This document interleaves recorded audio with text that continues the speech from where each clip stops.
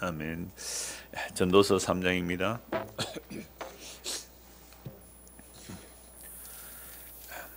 전도서 3장 1절에서 8절까지 같이 읽겠습니다. 범사에 기한이 있고 천하 만사가 다 때가 있나니 날 때가 있고 죽을 때가 있으며 심을 때가 있고 심은 것을 뽑을 때가 있으며 죽일 때가 있고 치료할 때가 있으며 헐 때가 있고 세울 때가 있으며 울 때가 있고 웃을 때가 있으며 슬퍼할 때가 있고 춤출 때가 있으며 돌을 던져버릴 때가 있고 돌을 거둘 때가 있으며 안을 때가 있고 안는 일을 멀리할 때가 있으며 찾을 때가 있고 잃을 때가 있으며 지킬 때가 있고 버릴 때가 있으며 찢을 때가 있고 꿰맬 때가 있으며 잠잠할 때가 있고 말할 때가 있으며 사랑할 때가 있고 미워할 때가 있으며 전쟁할 때가 있고 평화할 때가 있느니라. 아멘. 지난주도 같은 본문으로 살펴보았습니다. 우리가 이걸 그냥 일반적으로만 이 말씀을 알아도 마음이 좀 시원하지 않습니까? 좀 답답한 일이 좀 풀리는 느낌이죠.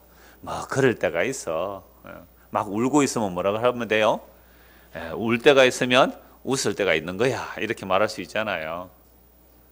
싸우고 있으면 어떻게 해요? 그래, 싸울 때가 있으면 평화할 때가 있겠지. 이렇게 말할 수 있죠. 막 열심히 사랑한다고 정신 빠진 사람들에게 뭐라고 말하면 돼요? 그래, 사랑할 때가 있으면 미워할 때도 있는 거야. 뭐 이렇게 말하면 좀 속은 편할 거예요. 그런데 사실은 그렇게 성경 말하지 않잖아요. 이 때를 통해서 도대체 뭘 말하는가? 지난주에는 날 때가 있고 죽을 때 요거 하나 가지고 1시간 동안 살펴보았잖아요. 죽을 때가 있고 날 때가 있고 죽을 때가 있고 다 알죠. 사람들이 누가 몰라요. 태어났구나 죽겠구나 이거 뭐 누구나가 다 아는 거 아닙니까? 어린애가 태어났다, 이제 죽을 때가 있겠다, 이거 뭐 누구나 아는 얘기죠. 그런 얘기 아니잖아요. 그래서 날 때와 죽을 때가 예수 그리스도를 통하여 어떻게 이루어지는지, 우리 인간들은 날 때와 죽을 때 모르는데 예수님은 날 때도 아시고 죽으실 때도 아시잖아요. 그래서 예수님은 때와 시기를 정하실 뿐만 아니라 직접 때를 다 정하시고 자신이 날 때와 죽을 다 아신다는 것을 성경을 통해서 찾아보았단 말이죠. 그렇다면 오늘은 뭘 봐야 되겠습니까? 심을 때가 있고 심은 것을 뽑을 때가 있으며, 요거 하나 가지고도 사실은 성경 전체를 다 살펴보면 1시간 넘게 말씀을 찾아봐야 돼요. 심을 때가 있으면 뽑을 때가 있다. 이게 무슨 내용인지 또 살펴봐야 돼요. 이렇게 다 하려고 하면요, 이 8절까지만 해도 너무너무 많아요. 그래서 몇 가지씩 이렇게 묶음으로 넘어가고 있는데요. 여러분, 오늘 본문 1절을 한 번 더 봅시다. 범사에 뭐가 있다고요? 기한이 있고 천하 만사가 다 때가 있다라고 말합니다. 범사, 모든 일에 기한이 있죠. 천하 만사 다 때가 있습니다. 자, 그래서 이걸 일반적인 때로 안다면 사람들은 그 때를 알려고 하죠. 일반적인 때라고 생각하면 우리가 세상에 일어나는 일들을요, 5분 후에 일어날 일을 지금 안다. 그러니까 무슨 일이 일어날 때 5분 전에만 내가 그 일을 알면요, 세계를 지배할 수 있습니다. 그러니까 여러분들 뭐 기도 많이 할 필요 없고 한 가지만 기도하십시오. 세계를 지배하고 다스리고 싶으면 5분 후에 일어날 일만 알게 해주십시오. 그러면 세상의 모든 권력, 힘 다 가질 수 않겠어요? 5분 후에 일어날 일을 내가 안다면. 여러분, 그 창원병원 옆에 가면 그 볶음 파는 데 있거든요. 토요일 되면 거기 이 추운 날에 줄을 막 10몇 명씩 줄 서서 볶음 사고 있거든요. 거기 1등이 많이 당첨됐어요. 1등이 한 10분쯤 당첨된다면 그랬을 거예요. 2등은 뭐 수십 분이고. 그러니까 이 복권은 확률이잖아요. 많이 사니까 많이 자꾸 당첨되는 거예요. 그러니까 거기 뭐 명당이라 해가지고요, 그 창원병원 옆에 보면 10몇 명씩 토요일 한번 보십시오. 줄 선단 말이에요. 근데 5분 후에, 그 복권은 5분 후에는 안 팔겠죠? 하여튼 어쨌거나 간에 무슨 5분 후에 일어날 일만 안다면 하여튼 세상을 지배할 거예요. 여러분, 오늘 무슨 날이죠? 12월 12일. 저는 이런 날짜 보면요, 이 역사적 사건들이 생각이 나요. 1979년 12월 12일 무슨 일이 일어났어요? 12.12 사태. 이 군사 반란이거든요. 전두환 씨가 소장인데, 별 2개인데 정성화 육군참모총장 잡으러 갔잖아요. 그러니까 그 일이 왜 일어났냐면 11.6 사태가 일어나죠. 1979년 10월 26일 이때 제가 19살 때 정도 됩니다. 61년도 제가 태어났는데요. 그러니까 태어날 때 군사혁명이 일어나고 제가 18살 때 18년 동안 한 대통령 밑에 있었거든요. 근데 그날은 아직도 생생해요. 하루 종일 라디오에서요. 아무 소리도 안 나고 음악만 들었어요. 장중한 음악만 들었다고요.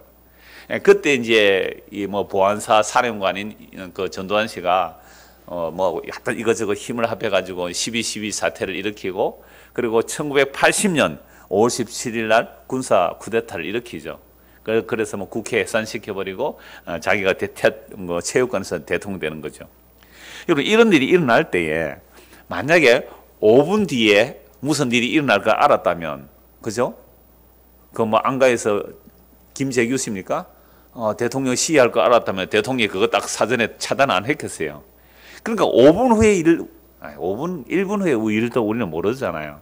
그러니까 사람들은 이런 시와 때를 알면 세상에 권력과 힘을 가질 수 있기 때문에 끊임없이 이런 시와 때를 알려고 하죠. 그래서 지난 주에는 그러니까 뭐 강남 개발할 때의 그 시기, 그죠? 그 지도, 그것만 알면요, 뭐 그냥 돈 버는 일은 땅 짓고 헤엄치기예요.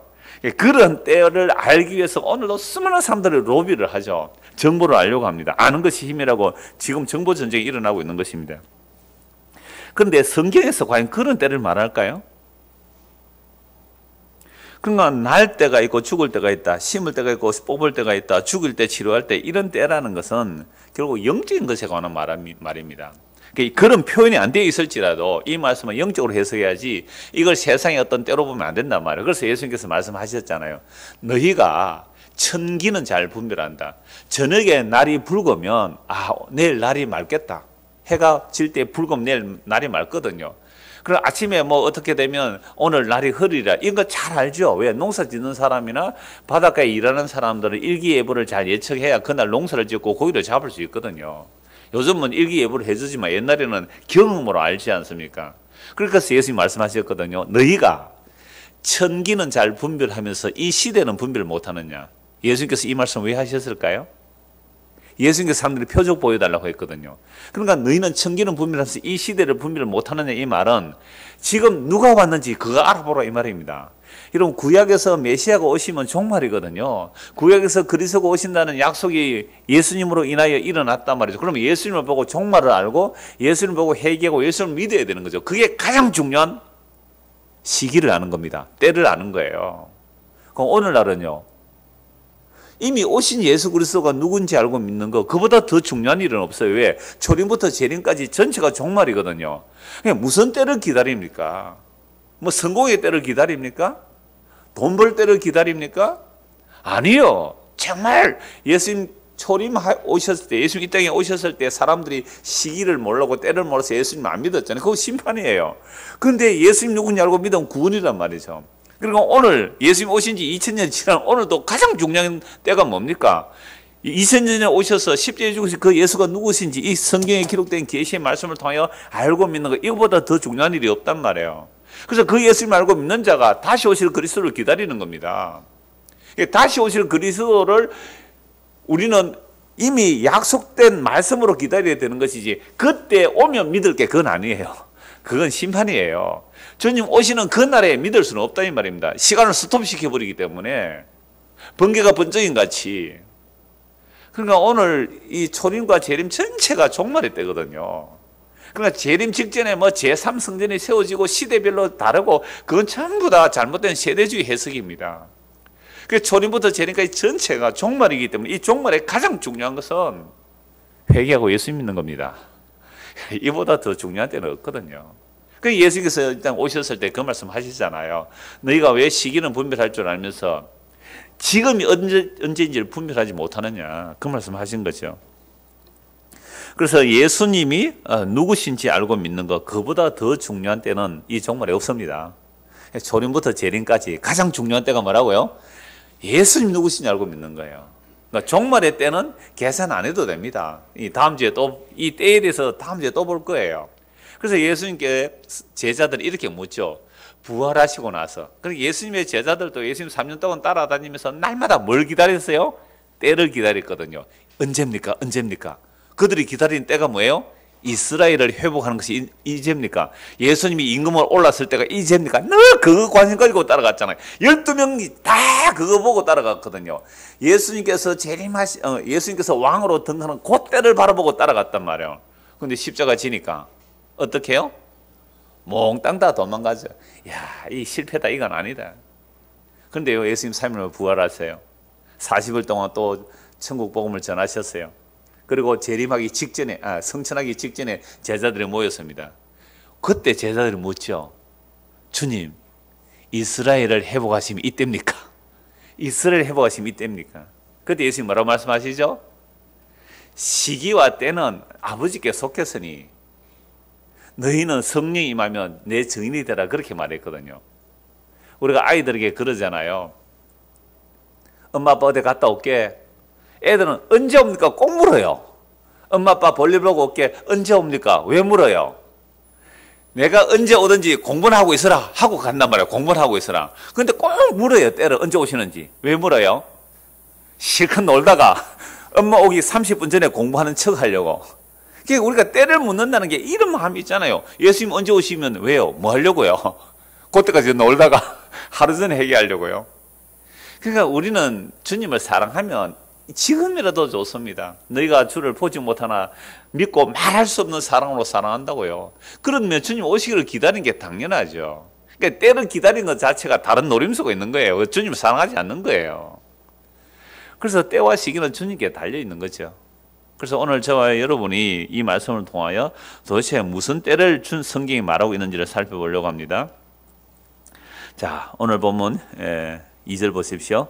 날 때가 있고 죽을 때가 있으며, 요건 이제 지난주에 보았고요. 오늘은요, 심을 때가 있고 심은 것을 뽑을 때가 있으며, 요걸 첫 번째로 살펴보려고 하고요.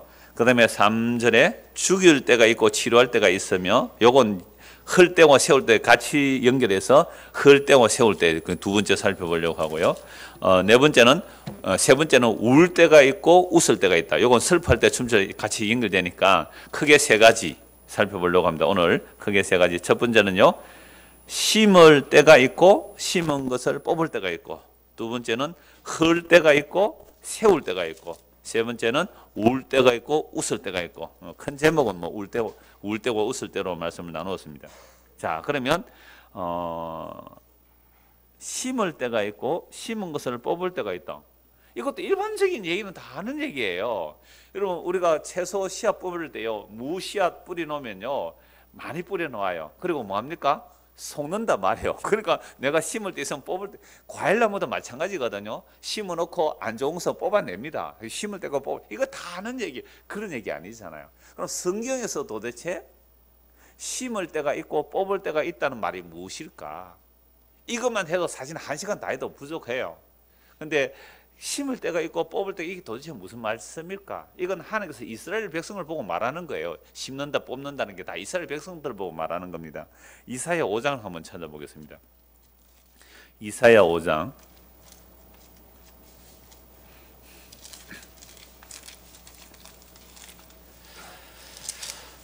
뭘 심고 뽑으시는가? 1절, 이사야 5장 1절입니다. 나는 내가 사랑하는 자를 위하여 노래하되 내가 사랑하는 자의 포도원을 노래하리라. 내가 사랑하는 자에게 포도원이 있으며 심이 기름진 산에로다. 땅을 파서 돌을 제하고 극상품 포도나무를 심었도다. 그 중에 망대를 세웠고 또 그 안에 술터를 파도다. 좋은 포도 맺기를 바랐더니 덜 포도를 맺었도다. 하나님께서 심었어요. 이스라엘 백성들을 애굽에서 끄집어내셔서 약속의 땅에 심었습니다. 이걸 이제 시편에서는요, 뭐라고 하냐면 시편 80편 8절에 이렇게 말합니다. 주께서 한 포도나무를 애굽에서 가져다가 민족들을 쫓아내시고 그것을 심으셨다. 이 포도나무는 누구예요? 이스라엘 백성들이잖아요. 그들을 약속의 땅에 심어서 완벽하게 포도밭을 만들어서 좋은 나무를 심었어요. 망대 세우고 술틀 파고 좋은 포도 맺기를 바랬는데 무엇을 맺었어요? 덜 포도를 맺었죠. 이걸 설명합니다. 3절. 예루살렘 주민과 유다 사람들아 구하노니 이제 나와 내 포도원 사이의 사리를 판단하라. 내가 내 포도를 위하여 행한 것 외에 무엇을 더할 것이 있으랴. 내가 좋은 포도 맺기를 기다렸거늘 덜 포도를 맺으면 어찌 됨인고. 여러분, 이런 말씀 보면 우리 이러잖아요. 우리 어릴 때 부모들한테 이런 얘기 듣잖아요. 학교 보내줘, 밥 줘, 옷 입혀줘. 왜 공부 못하느냐고. 나는 우리 부모가 학교를 못 보내줘서 공부 못했는데 나는 너를 옷 입혀, 밥 먹여줘, 학교 보내줬는데 왜 공부 못하느냐고. 제일 쉬운 게 공부라고. 그런 말 어른들이 했잖아요. 지금 하나님께서 이스라엘 백성들 보고 그렇게 말합니다. 내가 너에게 못해준 게 뭐 있느냐. 만약 부족했다면 더 해줬을 거다. 이건 다윗 보고 책망하잖아요. 다윗, 내가 너에게 못해준 게 뭐 있나. 부족했다면 이것저것 더 줬을 거다. 그런데 내가 너에게 못해준 게 뭐 있냐. 그런데 너 왜 간음하고 살인하냐 책망하거든요. 한 개인이나 한 국가가 또 이렇단 말이에요. 내가 포도원, 즉 이스라엘에서 더 해줄 게 뭐 있었냐. 부족하면서 다 해줬단 말이에요. 그런데 맺는 거는 뭐 맺으세요? 덜 포도를 맺었다. 이제 내가 내 포도원에 어떻게 행할지 너에게 이르리라. 내가 그 울타리를 걷어 먹힘을 당하게 하며 그 담을 흘러 짓밟히게 할 것이요. 내가 그것을 황폐하게 하리니 다시는 가지를 자르거나 북을 돋우지 못하여 찔레와 가시가 날 것이며 내가 또 구름에게 명하여 그 위에 비를 내리지 못하게 하리라 하셨으니 무릇 만군의 여호와의 포도원은 이스라엘 족속이요 그가 기뻐하시는 나무는 유다 사람이라. 그들에게 정의를 바라셨더니 도리어 포악이요 그들에게 공의를 바라셨더니 도리어 부르짖음이었도다. 하나님께서 이스라엘 백성을 포도나무로 비유하죠. 애굽에서 끄집어서 약속의 땅에 심었어요. 돌 제거하고 좋은 밭을 만들어서 좋은 울타리를 만들고 완벽하게 포도나무를 심었는데 맺힌 것은 덜 포도나무다. 그럼 어떻게 해야 되죠? 뽑아야죠. 심을 때가 있으니 뽑을 때가 된단 말이에요. 왜 뽑아버립니까? 그들이 엉터리 열매를 맺었기 때문에 울타리를 걷어서 먹힘을 당하게 하고 담을 흘러 짓밟히게 하는 겁니다. 그래서 북이스라엘 아수르에 망해요. 남유다는 바벨론에 망해. 이게 하나님께서 심으신 포도를 뽑는 거예요. 그래서 8절 보십시오. 이사야 5장 8절. 하나님께서 공의를 바랐는데 오히려 포악이 일어나는 모습이 어떤 모습인가? 8절. 가옥에 가옥을 이으며 전토에 전토를 다하여 빈틈이 없도록 하고 이 땅 가운데에 홀로 거주하려 하는 자들은 화 있을진저. 만군의 여호와께서 내기에 말씀하시되 정령이 허다한 가옥이 황폐하리니 크고 아름다울지라도 거주할 자가 없을 것이며 열흘가리 포도원에 겨우 포도주 한 바트가 나겠고 한 호멜에 종자를 뿌려도 간신히 한 에바가 나리라 하시더라. 이게 심은 것을 뽑아버리는 말씀이죠. 이러한 내용들을 예수님께서 이미 신약에서 다 보여주셨고요. 구약에도 그리스도의 영이 임한 자들이 이 말씀을 하는 거죠. 그래서 예레미야 1장 10절 말씀에도 이런 말씀이 있습니다. 보라, 내가 오늘 너를 여러 나라와 여러 왕국 위에 세워 내가 그것들을 뽑고 파괴하며 파멸하고 넘어뜨리며 건설하고 심게 하였느니라 하시니라. 예레미야가 하나님의 말씀을 맡아서 하는 일이 뭐라고요? 첫째 뭘 하는 거죠? 여러 나라와 여러 민족 그리고 이스라엘도 마찬가지로 뽑고 파괴하고 파멸하고 넘어뜨리고 건설하고 심는 거죠. 오늘 본문과 연결하면 뭐 하는 거죠? 뽑고 심는 거죠. 먼저 뽑아내야 되죠. 그러고 나서 심는 겁니다. 이 말씀을 이루시기 위해서 예수님이 오셨죠. 그래서 예수님께서 마태복음 21장 19절에 보면 열매 없는 무화과 나무를 뭐 하세요? 저주하시잖아요. 당장 말라 죽어요. 열매 없는 무화과 나무 뭐예요? 이게 이스라엘이거든요.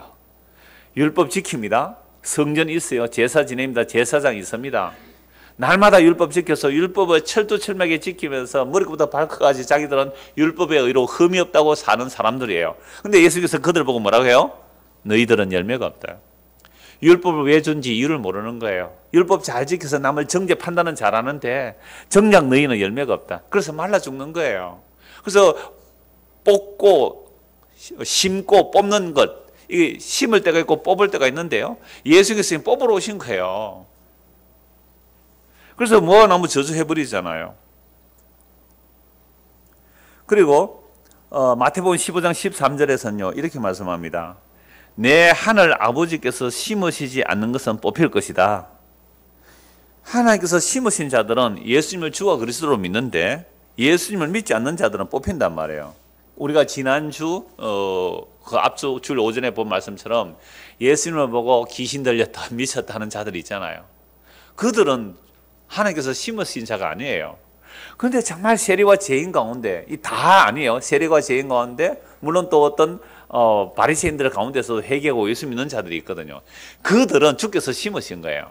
근데 주께서 심지 않은 자들은 예수님이 오시니까 그들은 뽑히는 겁니다. 그래서 신고 뽑는 일들, 이걸 주님께서 하신단 말씀이죠. 다시 오늘 본문 전도서 3장 3절 보십시오. 2절. 자, 심을 때가 있고 심은 것을 뽑을 때가 있다. 이걸 제가 방금 이사야 5장 포도나무 노래, 그 다음에 예레미야 1장, 그때 신약 연결하니까 이건 누구 얘기예요? 그냥 나무 얘기가 아니잖아요. 이스라엘 얘기죠. 그러니까 이스라엘 얘기는 오늘 우리의 이야기일 수 있단 말이에요. 그래서 예수님께서 심을 때가 있고 뽑을 때가 있다라는 말씀을 지금 예수님께서 하고 계신단 말이죠. 그러니까 오늘 이 시대도 마찬가지예요. 우리가 이 복음을 선포해 보면요, 복음이 들리는 사람이 있고 안 들리는 사람이 있을 거예요.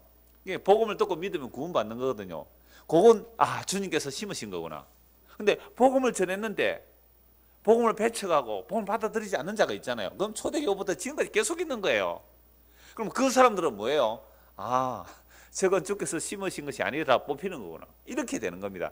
이렇게 언제까지 갈까요? 주님 오시는 그날까지 가요. 자, 그래서 심을 때가 있고 심은 것을 뽑을 때가 있다. 이 때를 결정하시고 이 때를 지금 진행하고 계시는 분이 주님이세요. 그러니까 만사의 결정, 범사의 기한이 있고 천하 만사의 때가 있는 것은 그 때의 주인이신 예수님께서 지금 이 일을 하고 계세요. 지금도 씨를 뿌려서 심고 계시는 것이 있고 또 거두는 것이 있고, 그죠? 이걸 계속 하고 계시는 거죠. 3절입니다. 죽일 때가 있고 치료할 때가 있으며 헐 때가 있고 세울 때가 있으며, 죽이고 치료한다는 거거나 헐 때나 세울 때 같이 연결해 볼 수 있습니다. 제가 사는 아파트도 지금 재건축한다고 굉장히 요란했거든요. 그러니까 우리나라에 유명하다는 아파트 건설 회사들은 다 플랜카드 붙이더라고요. 재건축 조합 막 자기들 홍보한다고요. 그런데 반대하는 사람들이 등장하더라고요. 반대하는 사람들은 지금 건축하면 이건 물가가 너무 올라오고 비싸기 때문에 우리가 손해다, 안 팔리면 우리가 손해다, 재산의 손해다가 막 갚는 얼박이 일어나더라고요. 그러니까 이 사람들도 이제 아파트가 오래되기 때문에 헐어야 되고 세울 때를 알아요. 그죠? 헐 때와 세울 때를 아는데 지금은 아니라는 거죠. 왜요? 지금 하면 재산상의 손해가 난다. 그럼 이 사람들의 헐 때와 세울 때는 뭘 생각하는 거죠? 재산상의 이익이 될까 손해가 될까, 이걸 가지고 헐 때와 세울 때를 얘기하죠. 교회당에 다니는 사람들은 교회당 헐 때가 있을 거고 세울 때가 있을 거잖아요. 이런 생각을 다 하죠, 사람들은. 근데 성경에서 도대체 뭘 헐 때가 있고 세울 때가 있느냐, 이걸 또 다시 찾아봐야 되는 겁니다. 그래서 앞에 심을 때가 있고 심은 것을 뽑을 때가 있다고 한 것처럼, 죽일 때가 있고 치료할 때가 있는 것처럼 헐어버릴 때가 있고 세울 때가 있는 것이죠. 그러면 예수님께서는 뭘 헐어버리고 뭘 세우려고 오셨어요? 뭘 헐어버리고 뭘 세우러 오셨어요? 옛 언약을 헐어버리고 새 언약을 세우러 오셨거든요. 그러니까 옛 언약을 헐어버렸다는 표현보다 오히려 옛 언약을 완성해버리고 새 언약을 세우러 오셨거든요. 그런데 사람들은요, 이 예수님이 왜 오신지 몰라요. 자기들의 옛 것을 붙들고 있으니까 새롭게 세우시는 예수님을 믿을 수가 없는 거예요. 오늘도 마찬가지입니다. 오늘 저와 여러분이 예수를 믿는다는 것은 내가 지금까지 가지고 있던 내 사상과 이론들이 무너지지 않으면 예수 그리스도 안에서 새롭게 세워지지 않아요. 그러면 오늘 아침까지, 오늘 저녁 먹을 때까지 있던 것들도 사실은 무너져 내려야 돼요. 그래서 사실은 설교라는 것도요, 원고를 완성하고 나면 지금 오늘 이 설교하면 이거 사실 무너져야 되는 거거든요. 되도록이면 원고가 무너져야 돼요. 새롭게 세워지는 게 있단 말이에요. 그러니까 저는 제가 설교로 원고를 준비할 때 이건 그때 저에게 한 설교예요. 그러나 오늘 이 현장에서는 또 새롭게 나에게 주어져야 되고 여러분들이 세워줘야 돼요. 그래서 어떻게 된다고요? 오늘 말씀이 뭐예요? 헐 때가 있고 세울 때가 있다. 그럼 헐어버려야 돼요. 헐어버리고 주께서 오늘 또 새로 세워주는 거죠. 안 그러면요, 나의 옛 것을 고정화시키고 붙들고 있으면 그걸 우상이라 그래요. 그게 무너져야 돼요. 근데 우리는요, 항상 자기의 경험과 가치, 축적된 것을 가지고 견고하게 붙들려 가거든요. 그래서 주여 주여 이것을 지켜주십시오, 이걸 붙들어 주십시오, 이렇게 얘기하잖아요. 아니요, 주님께서 우리에게 다가오실 때는 어떻게 한다고요? 먼저 헐어버리고 세워주시는 거죠. 이게 에레미야 1장 10절 말씀입니다. 뽑고 파괴하고 파멸하고 무너뜨리고 나서 건설하고 싶는 거죠. 그럼 우리가 말씀을 듣는다, 말씀을 본다는 것은 날마다 나는 오늘도 말씀 앞에 어떻게 돼야 돼요? 무너져 내려야 돼요. 무너져 내리는 게 문제예요. 무너져 내리고 주께서 새롭게 세워주셔야 됩니다. 이걸 한마디로 말하면 나는 오늘도 예수님을 믿습니다. 이렇게 되는 거죠. 그러니까 사람들은 자꾸 예수 믿는다는 얘기를 자기가 가지고 있는 것을 고착화시키고 고정화시켜서 든든히 세우려고 하는데 아니요. 그거 자꾸 무너져야 돼요. 무너져서 오늘 예수님께서 세우셔야 된단 말이죠. 그럼 도대체 예수님께서 오셔서 무엇을 흘러버리고 무엇을 세우시는지 요한복음 2장 19절을 한번 보겠습니다. 요한복음 2장 19절입니다.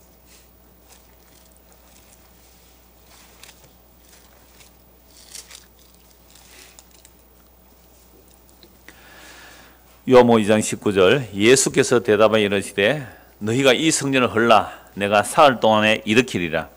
유대인들이 이르되 이 성전은 46년 동안에 지었거늘 네가 3일 동안에 일으키겠느냐 하더라. 그러나 예수는 성전된 자기 육체를 가리켜 말씀하신 것이라. 죽은 자 가운데서 살아나신 후에야 제자들이 이 말씀하신 것을 기억하고 성경과 예수께서 하신 말씀을 믿었더라. 예수님께서 헐고 세운다고 말씀하시죠. 그리고 예수님께서 지금 6월절에 예루살렘 성전에 가셨는데 성전 안에 소, 양, 비둘기 파는 사람들 있죠. 돈 바꾸는 사람들 있죠. 노끈으로 채찍 만들어가지고 양이나 소 다 쫓아내버리고 돈 바꾸는 상 둘러 엎어버리고 비둘기 파는 사람들 이거 가지고 가라. 소와 양은 내쫓아먹는데 왜 비둘기 파는 사람은 가져가라 그럽니까? 갑자기 생각이 들었어요.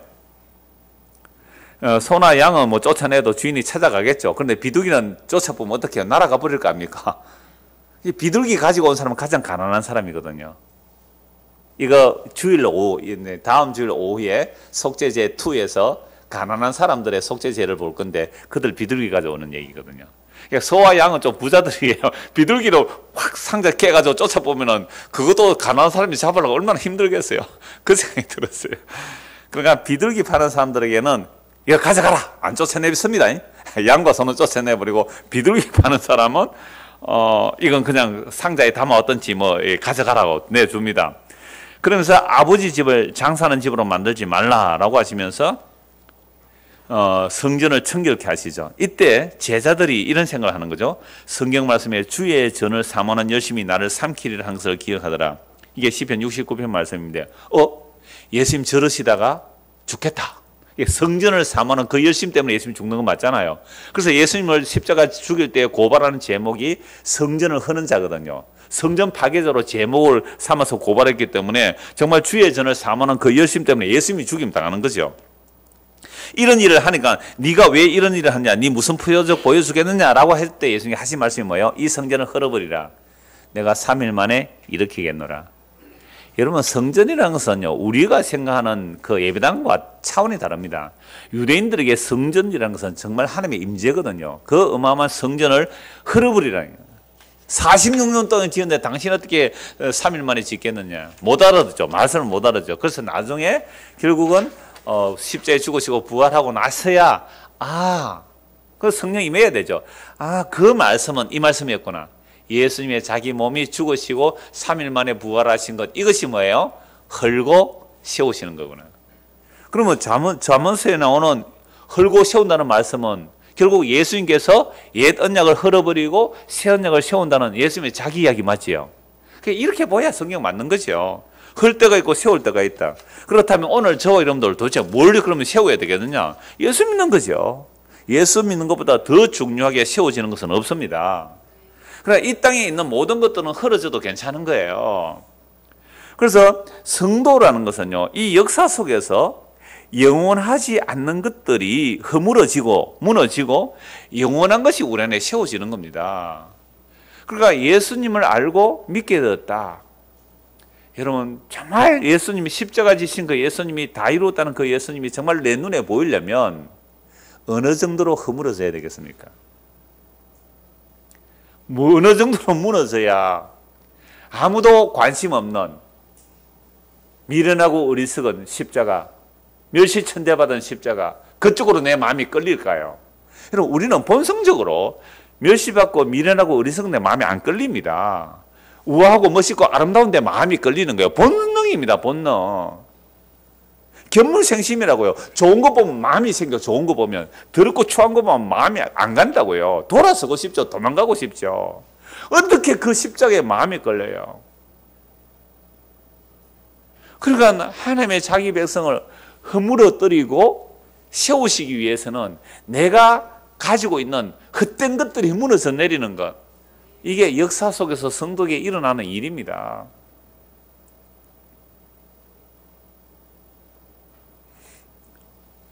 그런데 우리는 주님 다시 오시는 그날에 완전히 무너져서 불태워질 것을 붙들려고 한다면 그 엉터리단 말이에요.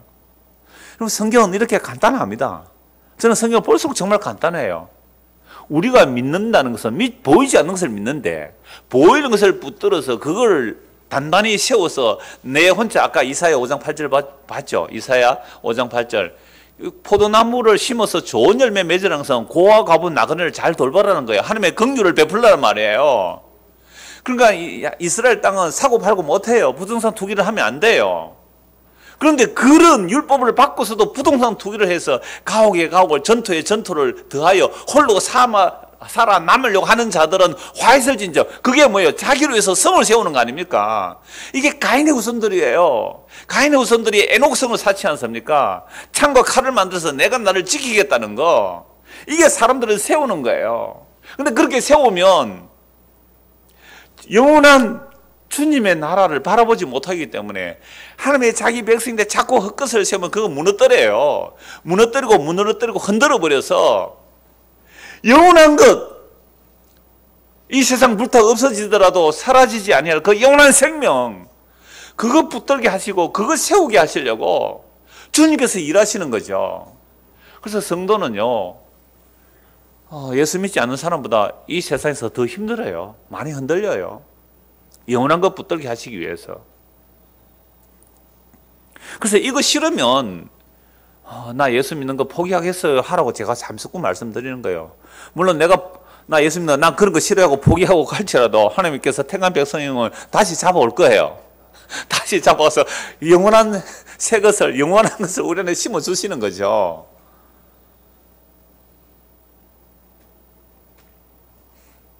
이게 바로 허물되고 세울 때 얘기 아닙니까?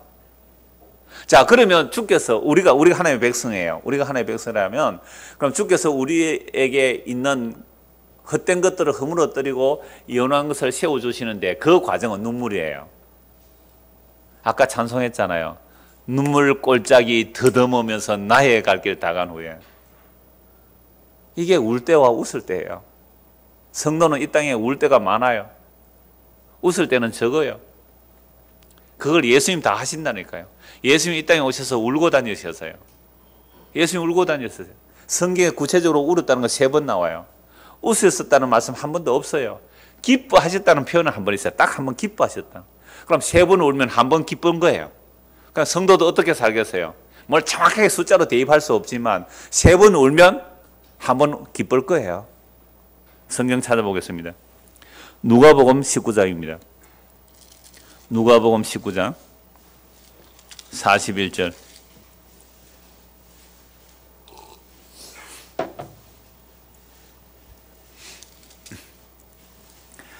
가까이 오사 성을 보시고 우시며 이르시되, 예수님께서 예루살렘 성을 보는 거예요. 여러분, 예루살렘 평화의 성읍이거든요. 평화의 성, 샬렘. 그 평화의 성을 보시고 예수님 우세요. 예루살렘 성에 성전이 있습니다. 제사장이 있습니다. 제사 드리고 있습니다. 그런데 예수님께서 우시에요. 가까이 오사 성을 보시고 우시며 이르시되, 너도 오늘 평화에 관한 일을 알았더라면 좋을 뻔하였거니와 지금 네 눈에 숨겨졌도다. 평화의 도시에 평화가 없어요. 샬렘의 도시에 샬롬이 없는 거예요.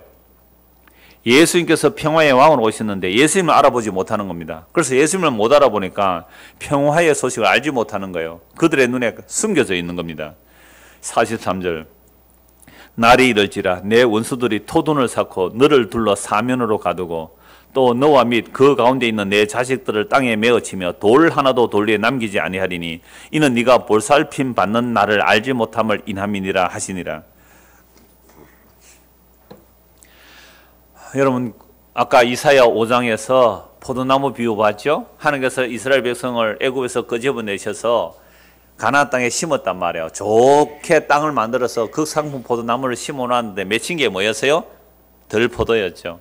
그래서 이 들포도를 뽑아버리는 거죠. 뽑아버리는 것이 북이스라엘은 아수르에 멸망하고 남유다는 바벨론에 멸망합니다. 뽑아버렸단 말이에요. 그런데 하나님의 약속은 영원해요.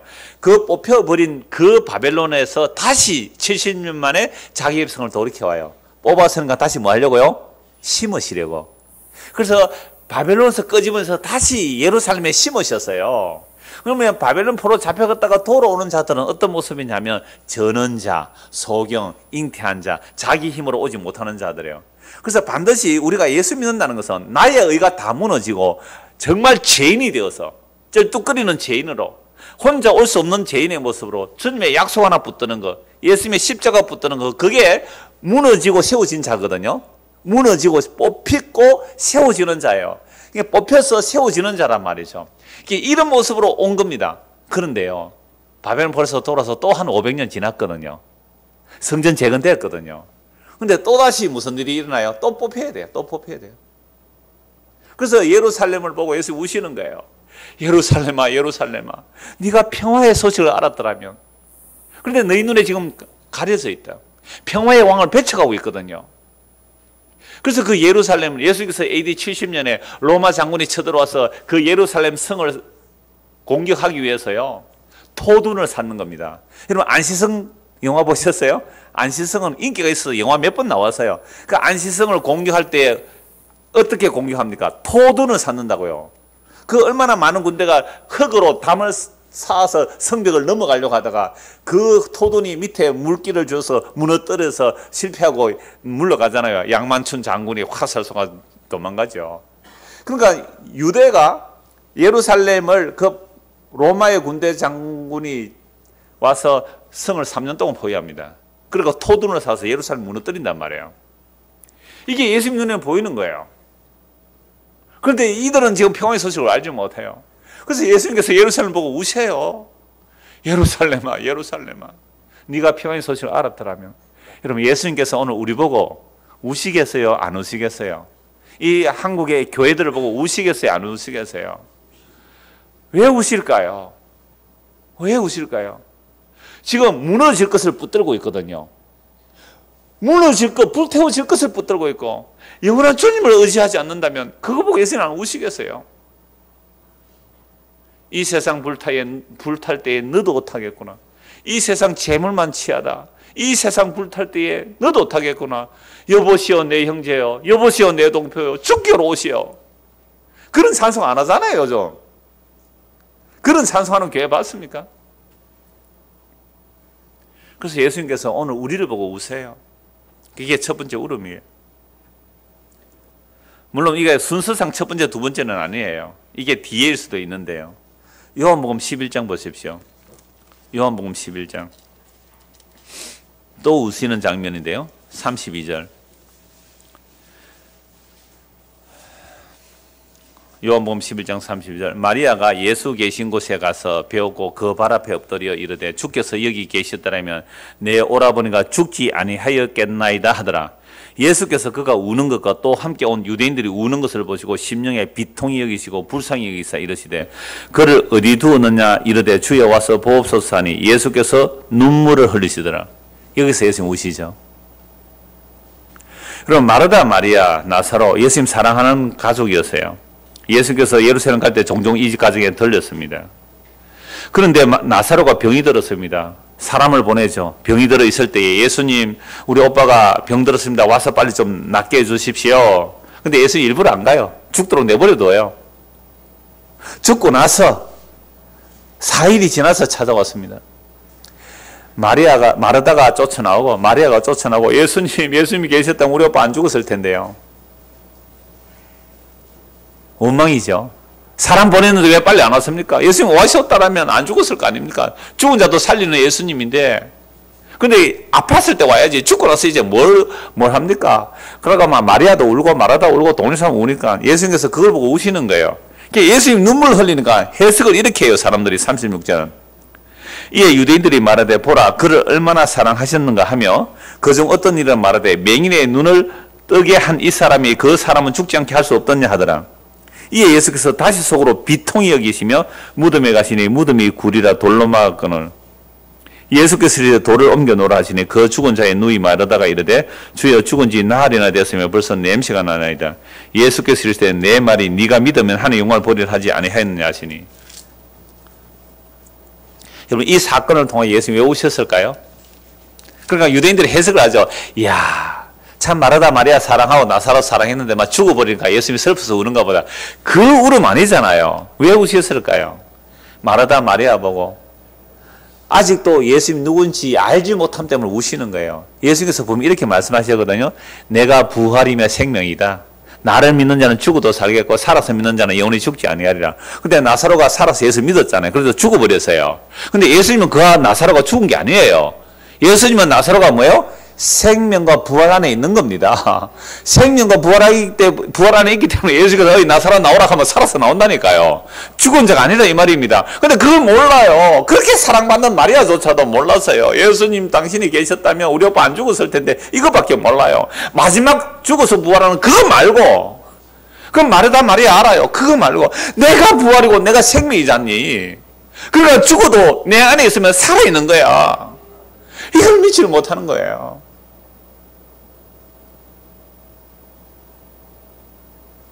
그래서 우세요. 예수님께서 죄와 사망에 갇혀있는 이 세상을 보고 예수님 우시는 거예요. 오늘 마찬가지죠. 우리도 죄와 사망에 갇혀있기 때문에 이 세상에 죽음과 실패에 둘이서 벌벌 떨면 그게 무슨 예수 믿는 거예요. 그래서 제가 곽지사님 얘기도 해줬습니다만 가서 우리 웃었어요. 가서 목사님 제 장례 치러주십시오. 뭐 짧게는 1개월 길게는 3개월이라 하는데 목사님 그러면 몇 분 와서 예배합니까? 웃어가면서 자기 장례 치러달라 하는데 웃어가면서 얘기를 할 수 있잖아요.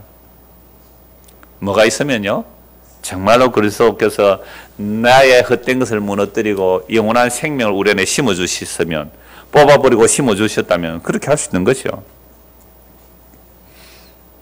예수님께서 부활과 생명이십니다. 그래서 그리스도 안에 있는 자는 죽어도 살아있는 거예요. 지금 역사적으로 죽어 있어도 살아있는 거. 그래서 죽어서 냄새 나는데 나사로 나오라 그러니까 나사로 살아 나왔거든요. 그런데 나사로 또 죽습니다. 왜 예수님께서 일부러 늦춰서 그렇게 가셨어요? 예수님께서 무엇을 증거하기 위해서? 부활이며 생명임을 증거하기 위해서 그렇게 말씀하신 거예요. 그래서 기독교 코미디가 있어요. 기독교 코미디. 나사로 보고 예수님께서 가서 왜 나사로야 나오라 그랬을까요?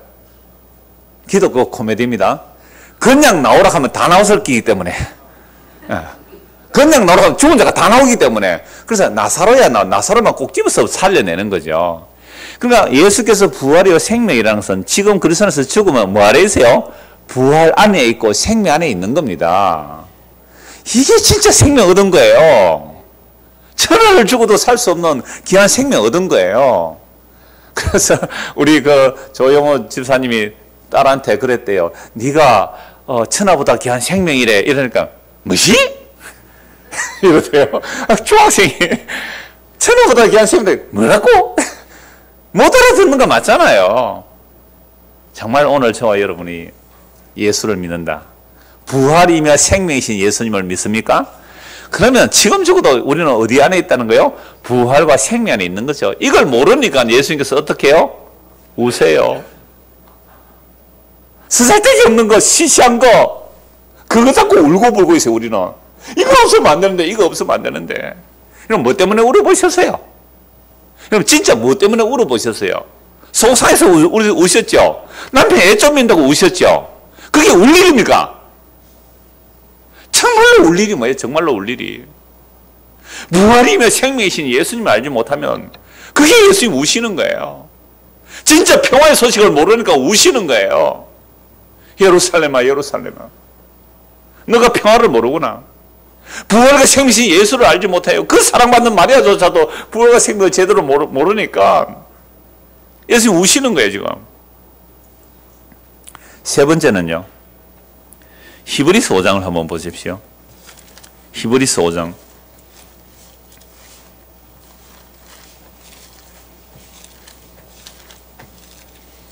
7절. 그는 예수님입니다. 그는 히브리서 5장 7절. 그는 육체에 계실 때에 자기를 죽음에서 능히 구원하실 이에게 심한 통곡과 눈물로 간구와 소원을 올렸고 그의 경건하심으로 말미암아 들으심을 얻었느니라. 그가 아들이시면서도 받으신 고난으로 순종함을 배워서 온전하게 되셨은즉 자기에게 순종하는 모든 자에게 영원한 구원의 근원이 되시고 하나님께 멜기세덱의 반차를 따른 대제사장이나 칭하심을 받으셨느니라. 예수님께서 육체로 계실 때 어떻게 하셨다고요?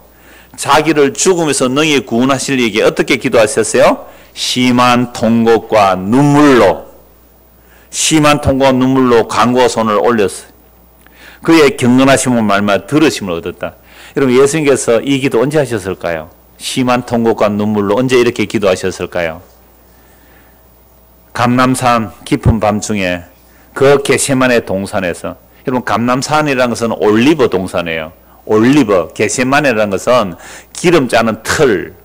그러니까 감람산 자체가 올리브 동산이고 거기에 기름을 짜는 틀이 있는 곳이 겟세마네 동산이에요. 겟세마네 동산에서 예수님께서는요, 기름 부은 자신이 정말 올리브는 생 올리브를 지어 짭니다. 기계에 넣어서 압착을 하면 기름이 빠져나오는 거죠. 예수님께서 그 감람산 깊은 밤중에 겟세마네 동산에서 기름 부음 받은 그 그리스도, 그 감람류가 되시는 예수님께서 정말 자기가 지어 짜서 땀방울이 핏방울이도록 기도하신 내용이 이거예요. 심한 통곡과 눈물로 기도하셨어요. 그런데 이게 기도가 응답이 되었대요. 죽음에서 구원해달라고 기도했는데 그 기도 응답이 뭐예요? 정말 죽은 거예요. 십자에서 정말로 죽으신 거예요. 3일 만에 부활하신 거예요. 이걸 지금 말씀하고 계시는 겁니다. 그래서 예수님께서 우신 내용이 세 번이죠. 예루살렘을 보고 우셨고, 마리아, 마르다, 부활과 생명이신 예수님을 알아보지 못한 그들을 위해서 우셨고, 감람산에서 이렇게 우셨어요. 그런데 기뻐하셨다는 거 한 곳이 있습니다. 누가복음 10장을 한번 보시죠. 누가복음 10장입니다. 누가복음 10장 17절. 70인이 기뻐하며 돌아와 이르되 주여 주의 이름이면 귀신들도 우리에게 항복하더이다. 예수께서 이르시되 사탄이 하늘로부터 번개같이 떨어진 것을 내가 보았노라. 내가 너희에게 뱀과 정갈을 밟으며 원수의 모든 능력을 제어할 권능을 주었으니 너희를 해칠 자가 결코 없으리라. 그러나 귀신들이 너희에게 항복하는 것으로 기뻐하지 말고 너희 이름이 하늘에 기록된 것으로 기뻐하라 하시니라. 예수님께서 제자들을 보냈어요. 70명의 제자들. 그들이 둘씩 가서 복음 전하니까 귀신이 막 쫓겨가고 항복한 거예요. 그래서 막 기뻐해서 돌아오니까 예수님이 이렇게 말합니다. 사탄이 하늘로부터 번개같이 떨어졌다. 그러면 예수님께서 이 땅에 오신 사건 자체가 이미 사탄이 번개처럼 땅에서 떨어진 거예요. 십자가로 확정해서 완전히 사탄의 머리를 박살내버린 겁니다. 그래서 사탄은 이제 힘이 없어요. 죄와 사망의 권세가 없단 말이에요. 그런데도 이 세상은 이 사탄이 속이고 있습니다. 예수님께서 그 사탄을 떨어뜨려 버린 거죠. 그래서 너희가 복음을 전해서 그 귀신이 쫓겨나간다. 이것은 너희 이름이 하늘에 기록된 것으로 기뻐하라 라고 말씀하시면서 예수님께서 기뻐하신 내용이 21절입니다. 그때에 예수께서 성령으로 기뻐하시면, 여러분 예수님 공생애 동안 우신 것은 이렇게 많아요. 아까 세 번이나 살펴봤죠. 기뻐하셨다는 것은 이것뿐이에요. 막 우셨었다 그런 표현은 없어요. 기뻐하셨다. 왜 기뻐하세요? 성령으로 기뻐하셨다. 기뻐하는 이유가 참 특이해요. 이르시되 천지의 주제이신 아버지여 이것을 지혜롭고 설기 있는 자들에게는 숨기시고 어린 아이들에게 나타내심을 감사하나이다. 옳소이다. 이렇게 된 것이 아버지의 뜻입니다. 그러니까 예수님께서 뭐로 기뻐하셨어요? 아버지 뜻이 이루어진 걸 기뻐하죠. 설기롭고 지혜로운 자, 율법학자들, 서기관들 예수님 몰라요. 못 알아봐요. 그런데 70명의 제자들 예수님 알아보죠. 이걸 기뻐하시는 거예요. 그러면서 22절입니다. 내 아버지께서 모든 것을 내게 주셨으니 아버지 외에는 아들이 누구인지 아는 자가 없고 아들과 또 아들의 소원대로 계시를 받는 자 외에는 아버지가 누구인지 아는 자가 없나이다 하시고 제자들을 돌아보시며 조용히 이를 때 너희가 보는 것을 보는 눈이 복이 있도다. 그러니까 예수님께서 어떤 분인지 알고 믿는 그들이 복이 있다 이 말이죠. 내가 너희에게 말하노니 많은 선지자와 임금이 너희가 보는 바를 보고자 하였을 때 보지 못하였으며 너희가 듣는 바를 듣고자 하였을 때 듣지 못하였느니라.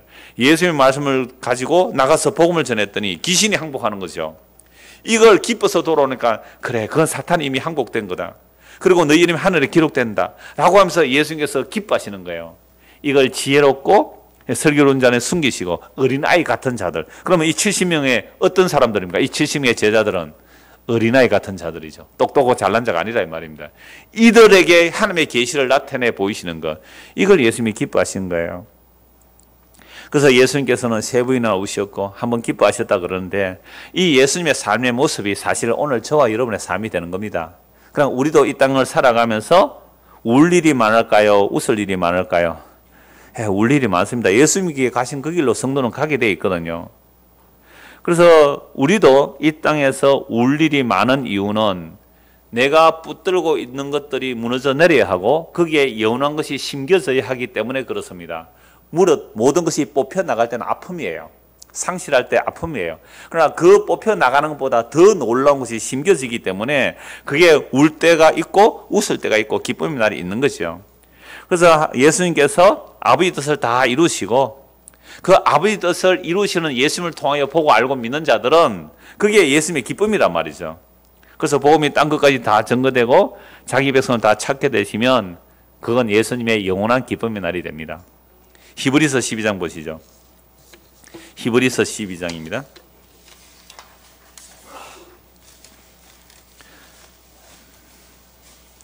1절. 이러므로 우리에게 구름같이 둘러싼 허다한 증인들이 있으니 모든 무거운 것과 얽매기 쉬운 죄를 벗어버리고 인내로서 또 우리 앞에 당한 경주를 하며 믿음의 주여 또 온전하게 하시는 이인 예수를 바라보자. 그는 그 앞에 있는 기쁨을 위하여 십자가를 참으사 부끄러움을 개의치 아니하시더니 하나님 보좌 우편에 앉으셨느니라. 예수님께서 무엇을 위하여 십자가를 참으신 겁니까? 그 앞에 있는 기쁨, 그 앞에 있는 기쁨을 위하여 십자가를 참으시고 부끄러움을 개의치 않으셨어요. 예수님이 그 앞에 있는 기쁨이 뭐였습니까? 하나님 보좌 우편에 앉는 것. 하나님 보좌 우편에 앉는 이 기쁨으로 인하여 십자가를 참으시고 그 부끄러움을 개의치 않으셨어요. 여러분, 십자가는 가장 부끄러운 수치스러운 죽음이잖아요. 뻘거벗겨야 돼요. 매 맞아요. 채찍 맞고 십자가에 못 박히는 것은 가장 고통스러울 뿐만 아니라 가장 지옥스러운, 가장 부끄러운 십자가예요. 왜 그거 지셨다고요? 그 앞에 있는 기쁨을 위하여. 그 앞에 있는 기쁨을 위하여. 하나님의 보좌에 앉는 그 기쁨을 위하여. 예수님 홀로 그 기쁨의 자리에 앉는 게 아니에요. 예수님 십자가에 죽으실 때 자신의 살과 피를 자기 백성에 나누어 주셔서 함께 죽이시고 함께 살리시고 함께 앉혀놓는 그 기쁨을 위하여 이 십자가를 지셨어요. 놀랍잖아요. 단지 전도서에 울 때가 있으면 웃을 때가 있다는 말이 성경 자체에서 증거를 찾아보면 이렇다고요. 예수님께서 울 때가 있었어요. 많았어요. 울 때가 훨씬 많았어요. 기뻐하실 때가 있단 말이에요. 근데 기뻐하신 것은 성령으로 기뻐하시는데 아버지 뜻이 이루어지는 게 기쁨이고, 아버지께서 자기에게 주신 자들에게 지혜와 계시의 영을 주어서 그들로 하여금 예수가 누구신지 알고 믿게 하는 그 기쁨이 예수님의 기쁨이었어요. 그 기쁨을 위하여, 그 기쁨을 완성시키기 위하여 어디로 가셨어요? 십자가를 갔단 말이에요. 그 십자가로 통하여 그 부끄러움을 개의치 아니하시더니 진짜 그 영원한 영광의 기쁨의 자리에 앉으신 거잖아요. 그래서 성도도 그 기쁨에 참여되는 겁니다. 그래서 에베소 1장에 하나님의 강력한 능력이 예수의 죽으심과 부활과 성천이며, 에베소 2장에 보면 허물가지로 죽은 우리와 함께 죽으시고 함께 살리시고 함께 하늘에 앉혀진 거예요. 여러분, 정말 이 성경의 말씀을 믿으십니까? 그렇다면 오늘 저와 여러분의 삶에 눈물 꼴짝이 더듬면서 갈지라도 우리 앞에 뭐가 있는 거예요? 기쁨이 있는 거예요. 그 기쁨을 말씀을 통해 순간순간이라만 맛을 보여야 됩니다. 이 기쁨이 없으면 어떻게 살아가요? 이 눈물 꼴짝이를 더듬으면서 가야 되는데, 정말 우리 안에도 눈물 꼴짝이 더듬으면서 가는 한두 사람 아니에요. 몇 년을 산소호흡기 달고 있는 아이를 한번 보살펴 보십시오. 그것도 집에서 케어하고 있는데요. 가서 제가 요즘 좀 신방을 잘 못하고 있는데요. 제가 처음에는 참 종종 갔습니다. 가서 무슨 찬송할게요? 492장 찬송했어요. 눈물 꼬차기 더듬으면서 나의 갈 길 다 간 후에 빛난 멸류관 바다 속에서 주와 함께 길이 살리. 그 성진 씨가 귀는 다 들리거든요. 모든 근육이 무력해도 귀는 다 들려요. 다 알아들어요. 말씀 전하고 그 찬송하면 잠시 잠깐 하면 오시리가 오실 거라고요.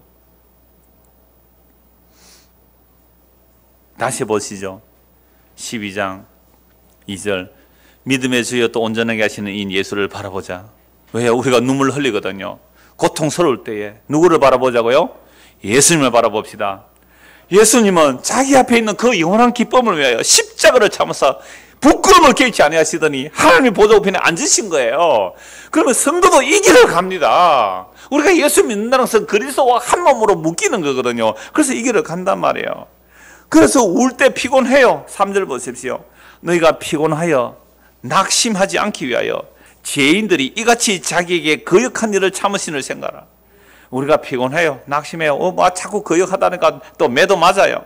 그런데 이 죄인들이 이같이 자기의 거역한 일을 참으신 그 주님을 생각하란 말이에요. 누가복음 6장 21절 이렇습니다. 지금 줄인 자는 복이 있나니 너희가 배부름을 얻을 것이요 지금 우는 자는 복이 있나니 너희가 웃을 것이며. 이 산상수훈이거든요. 지금 우는 자는 어떻다고요? 웃을 거라는 거예요. 지금 줄인 자는요 배부를 거예요. 이 산상수훈이거든요. 이걸 바울 사도가 그대로 풀어주는 내용이 고린도전서 7장입니다. 고린도전서 7장 29절 보십시오. 고린도전서 2장 7장 29절. 여러분 바울이 율법에 의로 흠이 없다는 사람이었습니다. 그런데 예수 믿는 사람 잡아 죽는 게 하나님의 영광인 줄 알고 가다가 예수님 만났어요.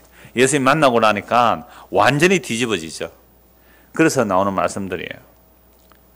29절 보십시오. 형제들아 내가 이 말을 하노니 그 때가 단축하여진 거로. 무슨 얘기 나와요? 때. 지금 우리가 뭐 하고 있습니까? 때를 살펴보고 있잖아요. 전도서에서. 오늘 크게 세 개 살펴본 때가 뭐예요? 심을 때와 뽑을 때. 또요? 흘 때와 세울 때. 그 다음에 세 번째요? 울 때와 웃을 때. 이 마지막이 되었죠. 그러니까 바울이 어떻게 말하는가? 30절. 29절 형제들아 내가 이 말을 하노니 그 때가 단축하여진 거로 이후부터 안에 있는 자들은 없는 자같이 하며 우는 자들은 울지 않는 자같이 하며 기쁜 자들은 기쁘지 않은 자같이 하며 매매하는 자들은 없는 자같이 하며 세상 물건을 쓰는 자들은 다 쓰지 못하는 자같이 하라. 이 세상의 외형은 지나감이라. 지금 바울은 주님 만나고 나서 세상의 때를 어떻게 보는 거예요? 그걸로 보죠. 세상의 때를 그걸로 보는 겁니다. 지금 울고 있습니까? 웃으십시오. 지금 웃고 있습니까? 우십시오. 이게 성령 임한 자의 때를 보는 시각입니다. 때가 단축해졌잖아요. 그러면 바울이 말하는 때가 단축했다는 것보다 오늘은 우리는 때가 어떻게요? 더욱 단축해진 거 맞잖아요. 더욱 단축해졌잖아요. 그럼 뭐 보고 울어야 되겠습니까? 뭘 보고 웃어야 됩니까? 너무 분명하죠. 오늘 보면 5절 8절은 다음 주에 계속 보겠습니다. 그래서 뭘 보고 웃어야 되고 뭘 보고 울어야 됩니까? 고린도후서 4장 보겠습니다. 고린도후서 4장 16절.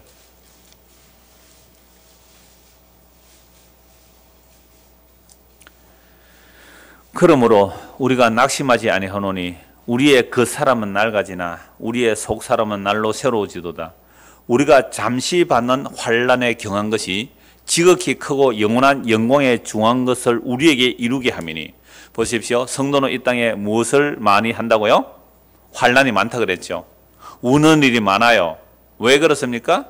이 환난의 가벼운 것들을 통하여 진짜 크고 영원한 그 영광의 중요한 것, 중요한 것, 그 영원한 영광이 우리에게 이루어집니다.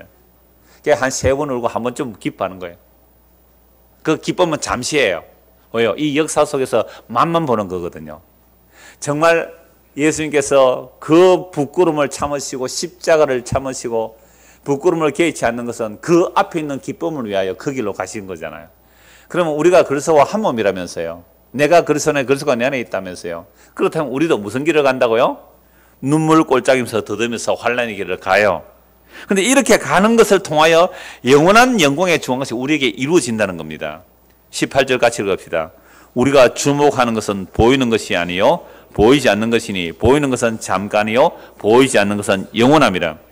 이 영원한 하나님의 생명이 우리 안에 담기는 과정이 뽑고 심기 때문에 아파요. 뽑고 흘러버리고 세우기 때문에 환란이에요. 그래서 울 때가 있으면 웃을 때가 있어요. 그러나 이 말씀 가운데 우리는 잠시 잠깐 기쁨을 맛보고 웃음을 맛보지만, 그러나 이건 성령으로 도장 꼭 찍어놓은 거고, 진짜 그 영원한 기쁨, 그 영원한 영광의 보좌의 기쁨은 주님 다시 오시는 그날에 이루어질 겁니다. 그러니까 우리 생명 다하는 그날까지, 주님 다시 오시는 그날까지 울 때도 있고 웃을 때도 있습니다. 세울 때도 있고 뽑을 때, 무너뜨릴 때도 있고요. 흘러버릴 때도 있고 세울 때도 있고 심을 때도 있고 뽑을 때도 있고, 이 때들은 우리의 때가 아닙니다. 주님의 손에 때에 우리를 그렇게 다루어 가실 때에 어떤 일이 일어날지라도 이 때를 제대로 안다면 주님께서 이미 십자가로 완성하셨기 때문에 이 울리를 통하여 영원한 기쁨을 주시구나. 이 흐르뜨림을 무너뜨림을 통하여 무너지지 않을 나라를 받게 하시구나. 이렇게 살면 되는 거예요. 그거 대단한 거 아니잖아요. 이게 성도에 가는 길입니다. 그래야 세상에 우리를 흔들려고 오는 이 사탄이 흔들려고 왔다가 얘는 흔들어도 안 되겠다. 이 흔들면 흔들수록 더욱 주를 의지하니까, 이 흔들면 흔들수록 더욱 주님께 신뢰하니까 이 흔들지 말고 도망갈 거예요. 울 때가 있으면 웃을 때가 있습니다. 뽑을 때가 있으면 심을 때가 있고요. 이 모든 때는 나의 중심의 때가 아니라 예수 그리스도의 중심한 때로, 그래서 영원한 생명이 우리 안에 심겨지는 그 과정이 울 날이지만 그 울 날이 영원한 기쁨으로 연결된다는 이 사실을 알고 믿음으로 살아가는 저와 여러분 되기를 소원합니다. 기도하겠습니다. 하나님 아버지, 성도에 가는 길이 어떠함을 이미 성경은 말씀하고 있습니다. 우리가 예수 그리스도 안에서 그리스도와 한 몸이 되었다면 그리스도가 가신 그 길을 우리도 가게 될 터이었는데, 이런 길을 이미 성에서 다 안내하고 있습니다. 이런 일이 우리에게 닥칠 때에 당황하지 않고 울고만 있지 말고 이 울음을 통하여 영원한 기쁨을 바라보는 믿음의 눈들이 떠여지는 우리 모두가 되도록 은혜를 베풀어 주시옵소서. 예수 그리스도를 받들어 기도드리옵나이다. 아멘.